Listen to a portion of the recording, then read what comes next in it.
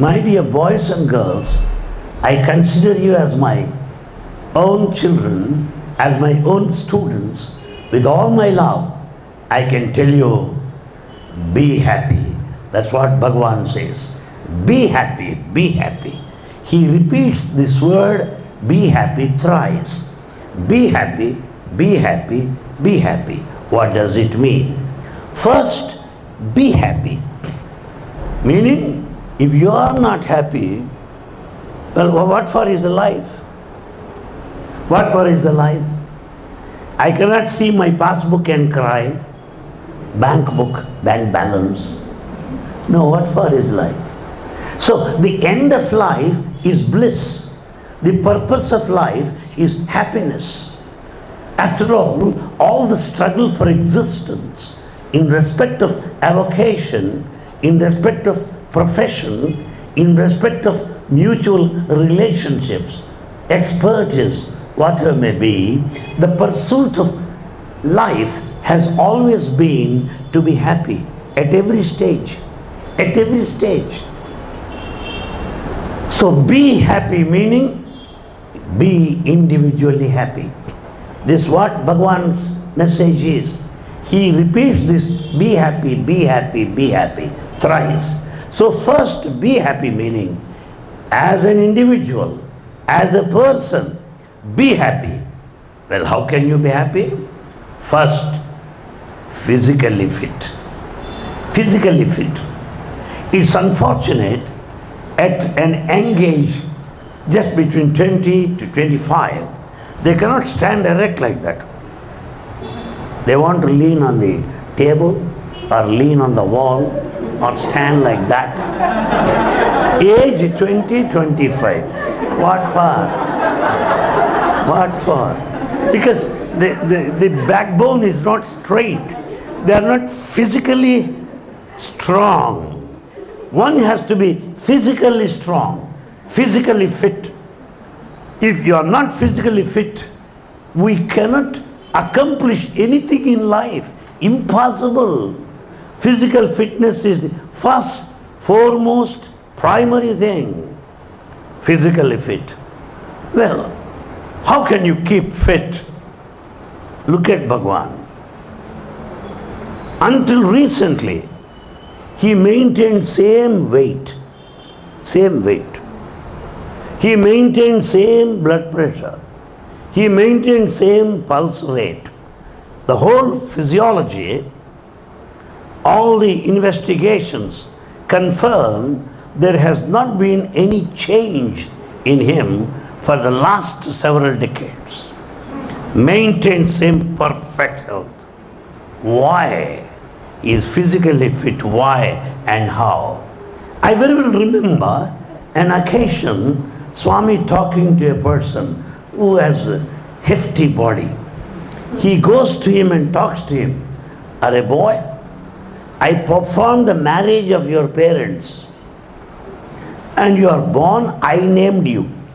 And today I must widen my doors because of my... Whereas here I am, I was then, I am now one and the same. That's what I am. And then he warns that boy, better you do some exercise. Because your body is such that the tummy, the paunch has come forward, something like a question mark. That's what he literally said. Or you are like a question mark. So, and he also calls those with extra fat, I should say, calls them pakoda. Pakoda is a hot preparation in South Indian canteen, which is almost circular in its outline, quite fatty, typical of a road roller. So he wants us, everyone to be slim and trim. Slim and trim.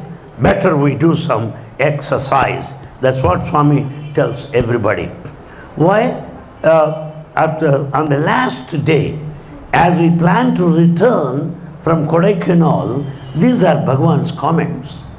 We stay with him in the earlier days. The duration of our stay was for 1 full month. Later, it was cut short to 15 days, later 1 week, later totally cancelled. So it got a descending order. But in those days, when 1 full month stay with Bhagavan is not ordinary thing, because you'll have 4 items at the breakfast table, only 4. And he doesn't want you to leave any item. You should do full justice. Any number served there. And then you'll have lunch. Lunch, at least 15 items. You should not waste anything. He sees to it that you will eat. And then around 3:30, you'll have snack tea time. 2 sweets, 2 hearts and coffee or tea. Again dinner at 7 o'clock, 10 items again. These items are served in veterinary doses. In veterinary doses. And you cannot leave them. And he'll be watching how you are eating. And if an item is just not touched by you, he gives a caution. How about that? Supposing if he finds you eating one item more and more because it is delicious to you, he will watch. Then you find the boys carrying different items to serve. So supposing if he finds you eating laddu, you know you laddu? Oh yes. If he finds you eating, interestingly, serve him one more. That's what it is. If you leave it, he won't allow you to leave it. If you like it, he wants you to eat extra. That's what happens. 1 month, no exercise, nothing. Constantly loading. And then, as we come to the close of the year, that month period, as we come to the close, just 3 or 4 days left to return, he will look at everybody. This boy looks like 3 months gynec case. This boy 4 months. Very good. Array, all are ready for delivery now.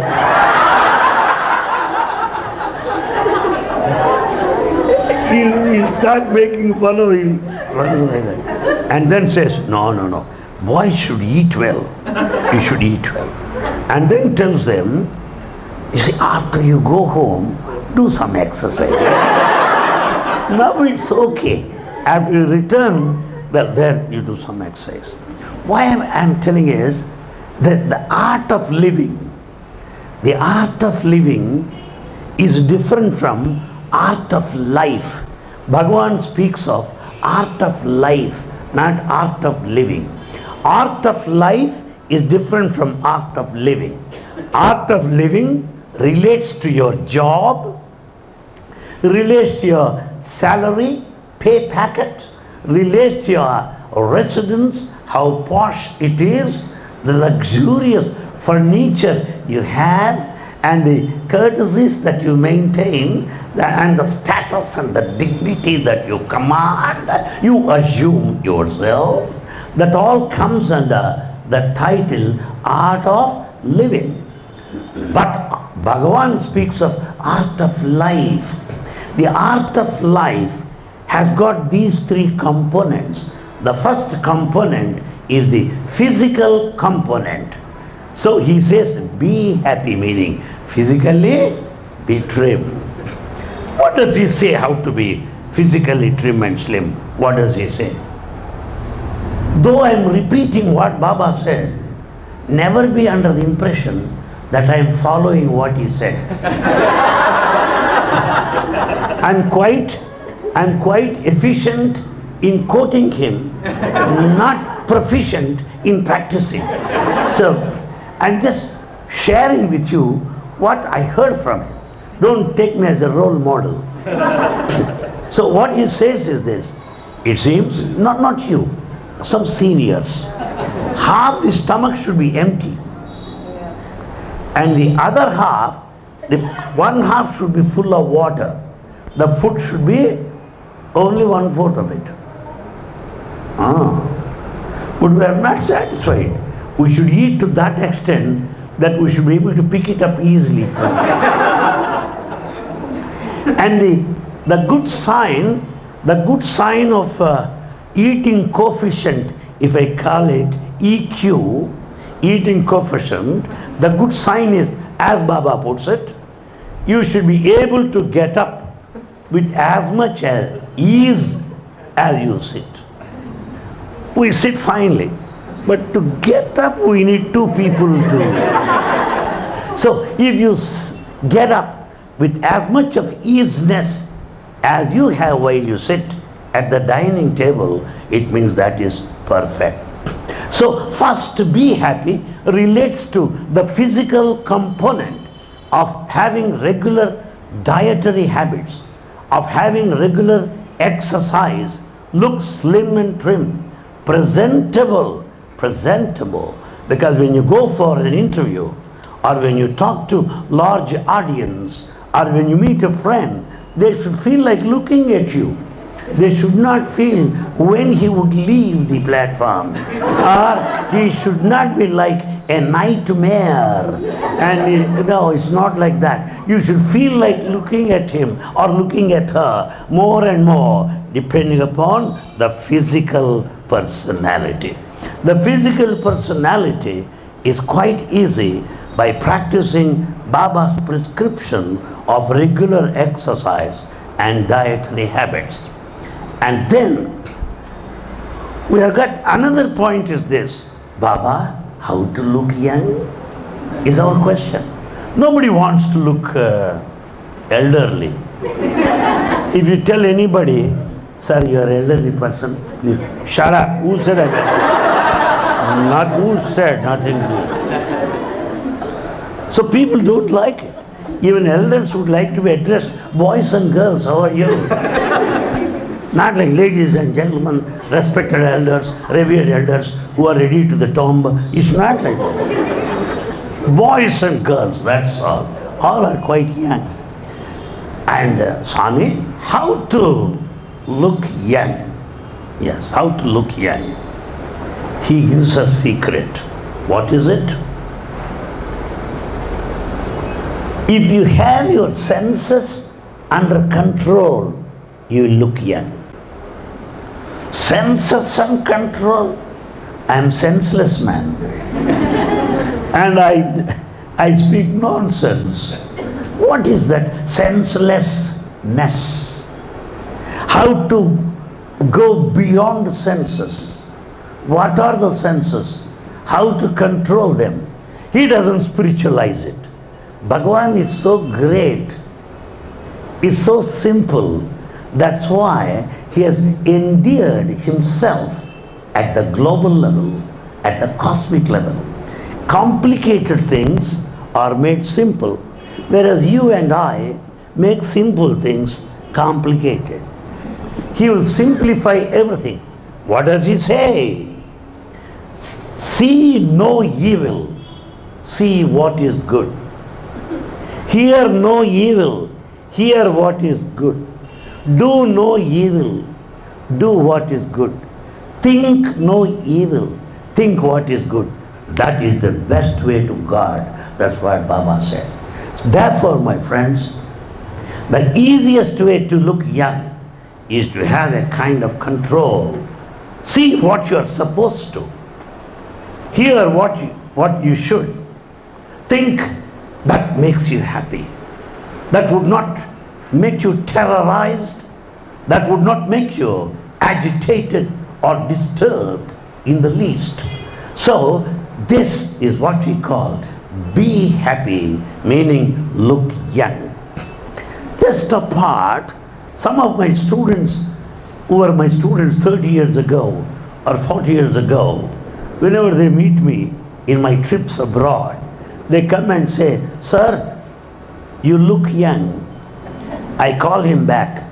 It's not a compliment. Son, when you say you look young means you are not young. You are not young. Don't say that, "Sir, you are young." Not look young, you understand? Therefore, this is what be happy at the physical level.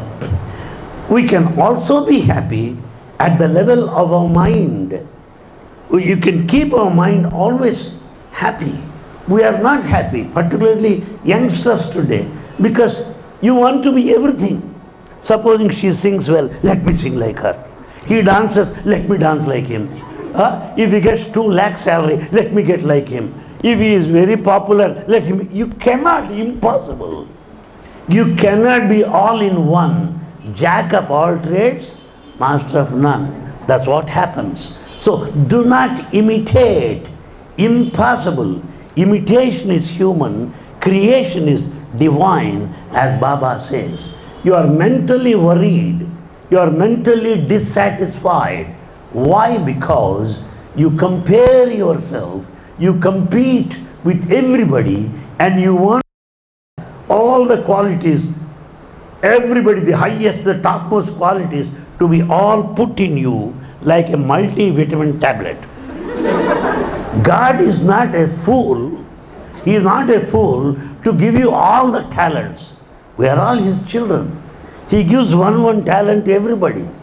Your greatness lies in, your skill lies in discovering your own talent. What is it God has given you? Music? Good. Dance? Better. Writing? Best. Organizing skills? Ideal. Yes, carpentry, you are wanted.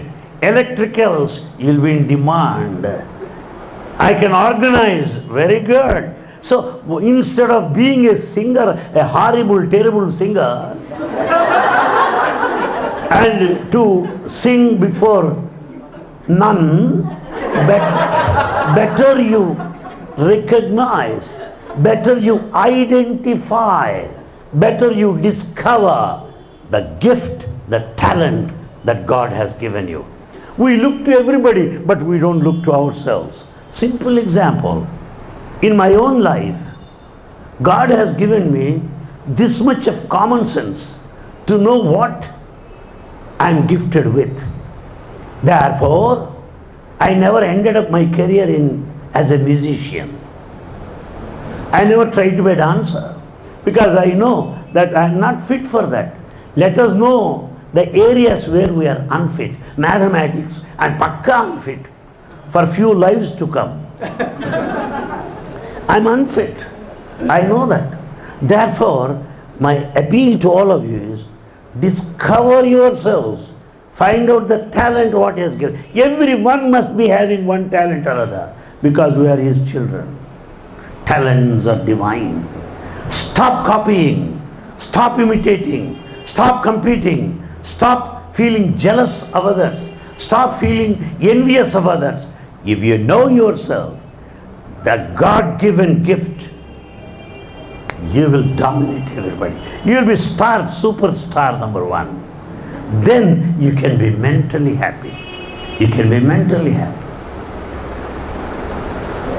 Be happy, mentally happy. The domain of the mind. And 3, be happy. You can be happy when you have some time for yourself. We have no time for ourselves. I've got time to serve everybody, to serve for the family, to serve students, to serve friends, to serve everybody. No time for myself. No time. It is really a life that is unspent. A life that is unlived. At least couple of moments for your own self, for your own life. What? Yes, why not? You love music? Come on, listen to music. You love dance? Come on, close the doors and dance. Doesn't matter. Meaning you have got some aspirations. You have got certain ambitions. Find out the fulfillment of them in your own style, in your own limited way. Then you'll be mentally peaceful. Don't you think so? Be happy mentally. Intellectually, have your personal time, personal space. Personal time, personal space. This is very important because we both of us are very, very important, very intimate. If you have no personal time, personal space, it will be embarrassing to be so intimate. He will be waiting for my absence. I will be praying for his absence. Because we do not have personal time, personal space. Meaning you should have your personal time, personal space to be happy at the third domain, at the third firmament, at the third horizon of human excellence, that's intellect. So be happy relates to you. Physically fit, mentally alert, intellectually sound. That is how we can make our lives happy individually. Then Baba says second, be happy. What do you mean by second happiness? Make others happy. Make others happy. There are some people who want to be exclusively happy for themselves. There are some people who will be happy if you are unhappy. More unhappy you are, more happy I will be. This is really a very, very bad quality. Be happy and make others happy. The secret of is this: when others enjoy your company, how to know that I am making everybody happy? How to know that? First sign is your popularity.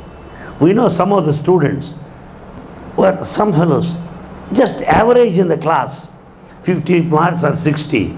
But he has got many people around, smiling, laughing, jumping around. Meaning, he is happy, he makes others happy. Popularity, cheerfulness, happiness. People come to you, running closer to you. This is the sign of be happy. Make the community happy. Make the society happy. Make everybody happy. Your colleagues and your classmates. They should come close and close to you. Open up their heart. Take you to confidence. That is be happy. Make the community happy. 2. 3. Be happy. What does it mean? This third level of being happy is responding. Your response. Supposing if anyone says, "Sir, I failed in the examination," I cannot say congratulations.